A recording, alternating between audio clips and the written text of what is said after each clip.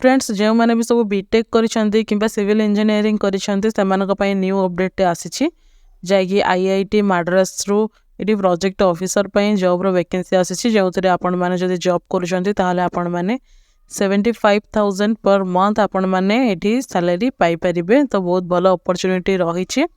तो जो मैंने भी सब बीटेक करिसेंती सिविल इंजीनियरिंग एंड सेमानकर जे कोनोसी भी एक्सपीरियंस थाउ कि न थाउ से कोई जॉबटी मिल। तो फ्रेंड्स आपण मैंने जदि जॉब पे इंटरेस्टेड अच्छी एंड आपण मैंने जदि ग्रेजुएशन पास आउट करिसेंती बीटेक करिसेंती ताहले आपण मैंने ये वीडियोटी को शेष पर्यंत देखंतु एंड किबोली भाव में अप्लाई करेंगे कौन कौन सब रही डिटेल्स से गुड़िक आम ए डिस्कस करने। तो चलते डिटेल्स टी जाने एंड किबोली भाव में अप्लाई करेंगे कौन एलिजिबिलिटी क्राइटेरिया रही ताहा भी आम ये सबकि डिटेल्स रे चेक करने।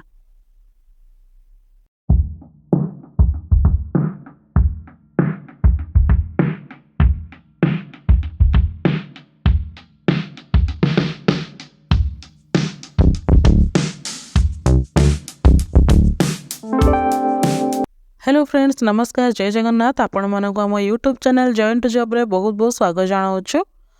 तो फ्रेंड्स देखंतु IIT Madras project officer recruitment 2026 जहाँकि ऑनलाइन ही आपण माने अप्लाई करि परिबे।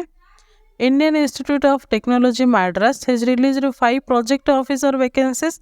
Eligible candidate with BTech BE can apply online from January 5, 2026 to January 19, 2026 at iitm.ac.in रे आपण माने एठी अप्लाई करि परिबे।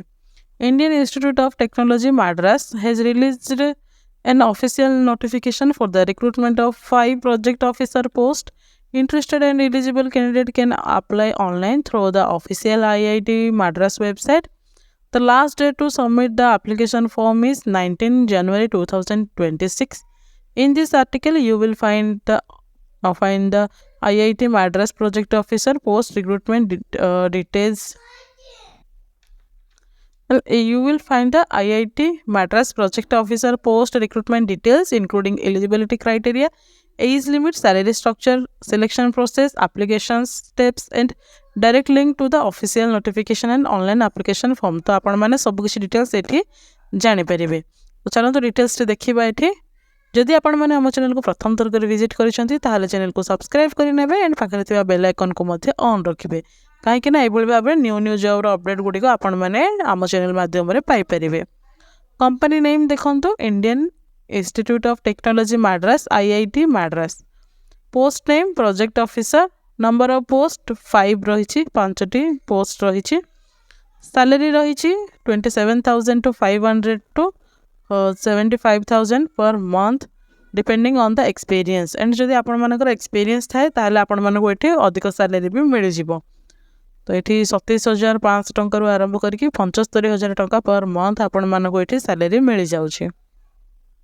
क्वालिफिकेशन देखंतो क्वालिफिकेशन रे B Tech in civil engineering minimum 5 years marine port hardware experience. तो जदि आपण माने बीटेक करिसेंती सिविल इंजीनियरिंग रे ताहाले आपण माने ए जॉब टी को अप्लाई करि परिबे। एडवर्टाइजमेंट देन लास्ट डेट रही 19 जनवरी 2026 जाकि एही वर्षर एही मासर जनवरी 19 तारिख सुधा आपण माने अप्लाई करि रखंतो। ऑफिशियल वेबसाइट देखंतो एही ऑफिशियल वेबसाइट आपण मानको डिस्क्रिप्शन बॉक्स रे भी मिल जिवो सेठी जाकि आपण माने सब किछि डिटेल्स निज मोबाइल रे ही सब किछि जिनिस चेक करि परिबे। देखंतो एठी IIT Madras project officer recruitment 2026 vacancy details रे एठी प्रोजेक्ट ऑफिसर पय 5टी वैकेंसी आसी छि। एलिजिबिलिटी क्राइटेरिया तो एठी आपण मानकर एलिजिबिलिटी क्राइटेरिया कौन रहिबा दरकार ना क्वालिफिकेशंस रे first class in BTech in civil engineering. तो बीटेक रे आपण माने सिविल इंजीनियरिंग करथिबे first class. Essential experience minimum 5 years of experience in marine port harbour projects is essential.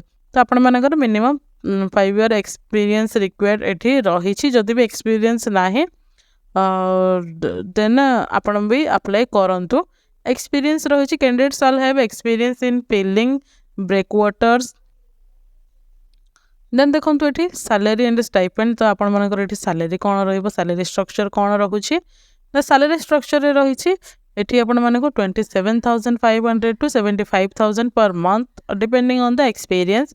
ଆପଣମାନଙ୍କର କେତେ ବର୍ଷ ଏକ୍ସପିରିଏନ୍ସ ରହିଛି, କିଛି ଏକ୍ସପିରିଏନ୍ସ ନାହିଁ, ଫ୍ରେସର୍ସ ଅଛନ୍ତି, ତ ତାକୁ ଧରିକି ଆପଣମାନଙ୍କର ଏଠି ସାଲାରୀ ଷ୍ଟ୍ରକ୍ଚରଟି ବନିବ। ଆଣ୍ଡ ଆପଣମାନଙ୍କୁ 27,000 ଯାଇକି 27,000ରୁ 75,000 ଟଙ୍କା ଭିତରେ ଆପଣମାନେ ପେମେଣ୍ଟକୁ ପାଇବେ। ଦେନ୍ ଇମ୍ପୋର୍ଟାଣ୍ଟ ଡେଟ୍ସ, ତ ଲାଷ୍ଟ ଡେଟ୍ ରହିଛି 19 ଜାନୁଆରୀ। ଦେନ୍ ସିଲେକ୍ସନ୍ ପ୍ରୋସିଜର କ'ଣ ରହିଛି? Candidate will shortlisted for test interview based on information provided in online applications. The institute has a right to decide the mode of screening and testing for short listing and selection. Only shortlisted applicant will be contacted. तो जो मानकर application shortlisted रहिबो, जो मानकर application को सेमान choose करिवे, सेमाननको से contact करिवे एंड आपण माने सेही थ्रू आपण माने जॉब टिको पाई परिबे। तो आपण माने अप्लाई करंतु निहात भाबरे एंड वीडियोटी शेयर कर नियंतु।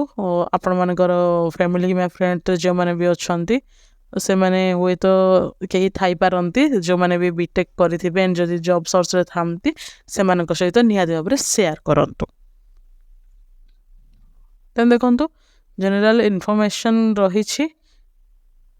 All positions are purely on contract basis, तो कॉन्ट्रैक्चुअल रहिबो। Candidates should apply online only through यही वेबसाइट रे आपण माने ओनली अप्लाई करि परिबे। The application can not be edited once submitted, जदि आपण माने वंस सबमिट कर दोचंदी एप्लीकेशन को देन आपण माने एडिट करि परिबे नाही। Candidate must ensure they fulfil all eligibility conditions. The institute deserves the right to reject any or all applications without assigning reasons. Curricle date for eligibility is the closing date for online applications. तो एठी online application close रहुछि 19 तारिख सुधा आपण माने apply करि नेबे। Contact for technical issues, जदि आपण मानकर किछि टेक्निकल इश्यू रहुछि ताहाले आपण माने एही एड्रेस रे आपण माने कांटेक्ट करि परिबे। देन आपण माने किभଳି भाबरे अप्लाई करिवे? अप्लाई ऑनलाइन ओनली थ्रू, तो आपण माने ऑनलाइन रे ही अप्लाई करि परिबे। तो देखंतु एही वेबसाइट रे हमें पहुंच जिबा, जे कि डिस्क्रिप्शन बॉक्स रे भी आपण मानको मिलि जिवो। Office of Industrial Consultancy and Sponsored Research, Indian Institute of Technology Madras रहिछि। प्रोजेक्ट रिक्रुटमेंट जॉब पोर्टल रहिछि। तो देखंतु एठी प्रोजेक्ट एसोसिएट पई प्रोजेक्ट ऑफिसर पई वैकेंसी आसी अछि। जदि आपण माने इंटरेस्टेड अछंती ताबळे अप्लाई नाउ रे क्लिक करि परिबे। देन आपण माने एठी साइन अप करिवे, जे कि आपण मानकर पूर्वर अकाउंट रहि नथिबो, तो आपण मानको एठी साइन अप करिया पई पड़िबो। निजर ईमेल आईडी को एंटर ओटीपी, आपण मानकर ना को and user name password create करिवे। देन कन्फर्म पासवर्ड करिवे। देन एठी फोन नंबर को देकी एठी आई एम नॉट रोबोट ऊपर क्लिक करिके देन आपण माने एठी साइन अप करि परिवे। देन नेक्स्ट प्रोसेस रे आपण माने एठी रजिस्टर हेई सैला परे आपण माने से जॉब टी को अप्लाई करि परिवे। तो फ्रेंड्स या थिला फुल डिटेल्स टी, जदि भी किछि डाउट थाए ताहाल कमेंट सेक्शन रे जानै परिवे। एंड एई बळी भाबरे न्यू जॉब रो अपडेट जानिया पई आपण माने हम सहित एंगेज हेके रहंतु। एंड एठी बहुत सारा जॉब रो वैकेंसी आउट रहिछि, आपण माने चाहिले सब किछि डिटेल्स जानि परिवे। अनाउंसमेंट रे चेक कर नेबे करंट ओपनिंग रे। तो पुणी थरे आम एई बळी भाबरे न्यू जॉब रो न्यू अपडेट रे पुणी देखा हबा। से पर्यंत रहुछ। नमस्कार, जय हिंद।